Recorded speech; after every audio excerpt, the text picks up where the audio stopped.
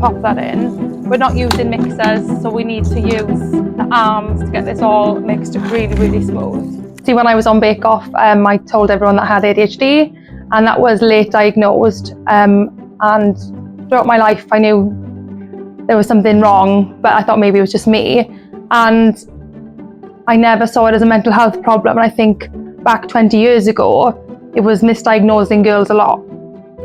Running, cooking, doing anything like that always helped my mental health. Whoa, whoa, whoa, whoa. That's okay, just be a bit more sweeter. There we are, so I've got it started off with you, but we need to cream that now. There's so many children that are isolated. When you've got mental health, you tend to isolate yourself. And I think I go to sports classes now, and it's for my mental health. It's for my physical health, but when I'm there and I'm socialising with people, and I'm with a group of people who've got the same goals and we chat afterwards, I feel 100 times better. Don't have much left for this past the shoulder one.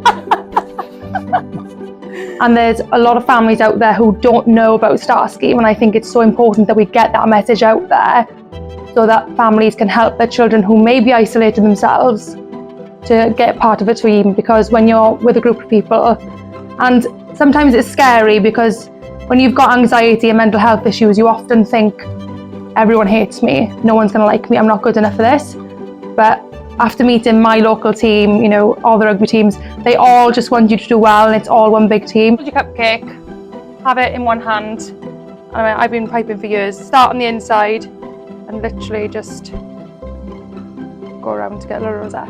Yeah, it's probably not spoken about enough, you know, through wins, losses, injuries, whatever it is, you've got that underlying support network, I suppose, from your teammates. So being part of a team is crucial in that sense, and yeah, I find it really important. But I think it's about making sure everyone's comfortable, and you know, you've got a bond that allows people to speak. I guess I think that's an important part of it, because you know, it can be a pretty brutal environment at times, but there's the other side of it where you got to make sure that guys are comfortable enough to speak. Just connect with people, because you know, I had it in the early stages of my career. I had a large support network from the older guys, and I think when you open up, you'll be surprised how willing people are to help. That's the culture we're trying to drive here, from myself personally and all the older guys in the team. You know, we're there to facilitate, we're there to help, and that's probably the biggest advice I can give, is start the conversation. Well, it's critically important, I think. You know, kids that have had adverse childhood experiences, you know, they need to have that outlet, and you need to break down barriers, allow them to be able to do that, make it as accessible as possible, and make sure they're able to get there, and they're supported in that by whether it's, you know, coaches or whoever, making sure, and the clubs, making sure they're supporting these kids and they've got all the essentials that they need. And yeah, like we said, break down those sort of roadblocks so that it is accessible and they are able to, you know, participate in rugby. Oh, there we are, we've got a little rosette. Awesome, there we are, that's good. We need to just get more families on board with this and more teams to get more children help, because it's vitally important, because unless we deal with these problems and aim to prevent them now, these children are going to suffer in adulthood, which is what we need to prevent.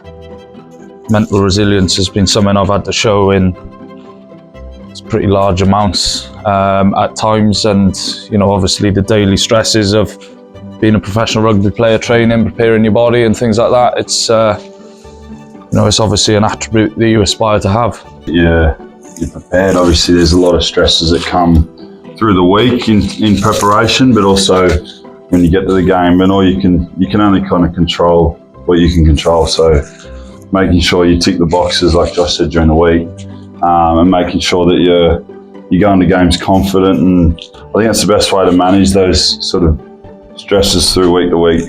Playing professional rugby, you know, going into games as well prepared as you can, probably the best way to go about it, I've found.